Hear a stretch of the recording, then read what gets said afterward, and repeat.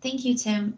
As Tim mentioned, I'll just be doing a quick policy for quantum cyber debrief. So starting with October in 2020, the NSA released a statement giving a high-level overview of quantum key distribution and quantum cryptography, where it outlined the limitations of QKD, namely the incredibly high cost of implementation. The fact that it requires specialized hardware and infrastructure is a really big limitation. And it also declared that it does not support QKD's usage on what it deems national security systems, and that's any system involved in intelligence gathering or handling for military purposes, weapon systems, etc. And then lastly, it stated that it will not invest time or resources to certify any QKD products in the near future. And then in March of 2021, CISA, as part of Department of Homeland Security, released a statement outlining the 4 main areas of focus for cyber resiliency and defense, and that includes transportation systems, election security, critical supply chains, and ransomware protections. And it emphasized ransomware protections. That risk of cyber attack is a when, not an if, and that's referring to the major data breach at the federal government level that occurred in 2019 and 2020. And then CISA also outlined the steps for organizations to take, such as inventorying all cryptological systems, infrastructure, security standards, critical data, and the like, that will need to be updated once the official post-quantum cryptographic standards are released by NIST, which it confirmed will happen in the near future. And it also called for a focus on DEIA in the cyber workforce. Now moving on to this year, in May of 2022, the White House released a national security memorandum outlining the threat of CRQCs, which are crypto-analytically relevant quantum computers. Basically, any quantum computer that can break some modern encryption standards, and this threat is, of course, to military and civilian infrastructure. It also called for QIS education and research, again highlighting workforce development, and also stated that all corporations and agencies working in the field of quantum must establish a liaison with the Office of Science and Technology Policy by August of 2022, so that should have already happened. It also called for the transition to quantum-resistant cryptography, and on that thread, NIST announced the establishment of a working group, much like this one, for NSS owners specifically to make sure that all further guidance for PQC meets industry needs. It also announced that all federal civilian executive branch agencies, that includes like the DOE, GSA, etc., they all have to report on all systems that are vulnerable to CRQCs to CISA by May of 2023. And funding for the migration to PQC will be evaluated accordingly. And lastly, a bunch of security agencies like the NSA, DoD, NIST, etc., will release official PQC migration guidelines to NSS customers on that same timeline, May 2023. Then in June, NIST announced the first 4 quantum-resistant algorithms, which include Crystal's Kyber, Crystal's Dilithium, Falcon, and Sphinx Plus. And I'll touch more on that later. And then in August, CISA released guidelines for PQC preparation and migration, primarily for NSS customers. It basically recommended all organizations with critical infrastructure to follow its PQC roadmap, which highlights everything discussed in the March 2021 statement.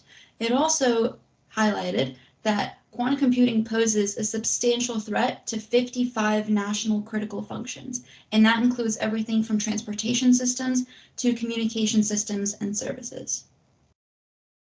Then in September, the NSA, as an extension of the National Security Memorandum that was released in May 2022, it announced that NSS customers are to start migrating towards the approved quantum-resistant algorithms. It currently lists Crystal's Kyber and Crystal's Dilithium immediately, and expects the shift to full use of these algorithms to be completed by 2035. However, it's requiring all NSS services, equipment, operating systems, etc., to first initially support CSNA 2.0, which is the reference to the approved quantum-resistant algorithms, by 2025, 2030, depending on the technology, and then shift to exclusive use of CSNA 2.0 by 2030, 2033, again, depending on the technology. And that means that any NSS systems that currently use CSNA 1.0 algorithms, which include RSA, Diffie-Hellman, and elliptic curve cryptography, both key exchange and digital signing, must either be removed or brought up to compliance. SHA 384 or 512 and AES 256 do still stand as symmetric cryptographic algorithms for CSNA 2.0. So the real threat is asymmetric cryptography. And NSA is, of course, being very strict about this policy, saying it has to approve any and all deviations from complete CSNA 2.0 implementation. Then last month, the White House sent out its own extension of the May memorandum that's directed for non-NSS systems. So in addition to all of the requirements for NSS migration to PQC, now OMB is calling for agencies to take stock of any information systems or technologies that are vulnerable to CRQC-based attacks, starting with those that deal with the most sensitive information, so by order of, what's it called? Like security clearance. All agencies are basically required to designate someone that would head this inventory, like PQC migration activity, so that should have already happened. And CISA and the NSA are supposed to provide more guidance on dealing with these now termed legacy systems by February 2023, including guidance for PQC testing. So we'll see more guidance on that next year. And lastly, the memo announced the establishment of another working group, this time headed by OMB, for agency representatives that deal with these non-NSS systems. Then this month, NIST, as many of you probably are aware, had its 4th PQC standardization conference and subsequently posted all accepted papers on its website.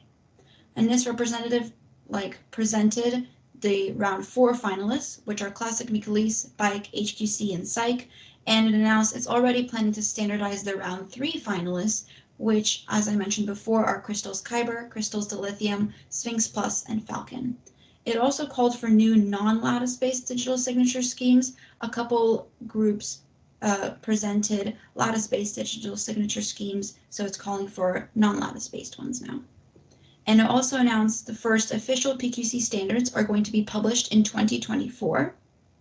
And then lastly, the National Cybersecurity Center of Excellences, NCCOE, also presented and underscored the fact that a lot of organizations don't actually have a good idea of what cryptographic standards they're currently employing in their information technology, which is why PQC preparation should start immediately. And then lastly, the White House held their National Quantum Initiative Center Summit, which emphasized DE-IA not only in the QIS workforce, but in STEM in general. And there was also a mention of quantum smart or quantum capable society. Basically, they want teachers, students, families, everyone to be more knowledgeable and comfortable discussing and working with quantum technologies. And the National Quantum Initiative published a long and detailed document on diversifying the QIST space, which is available in the Quantum Reference Materials folder in Box, as is everything else that I discussed. And then speaking of DEIA, President Biden recently appointed the incredibly diverse 15-person National Quantum Initiative Advisory Committee to advise his cabinet and Congress about NQI developments, specifically in QIS. And again, all of the statements discussed here are linked in Box.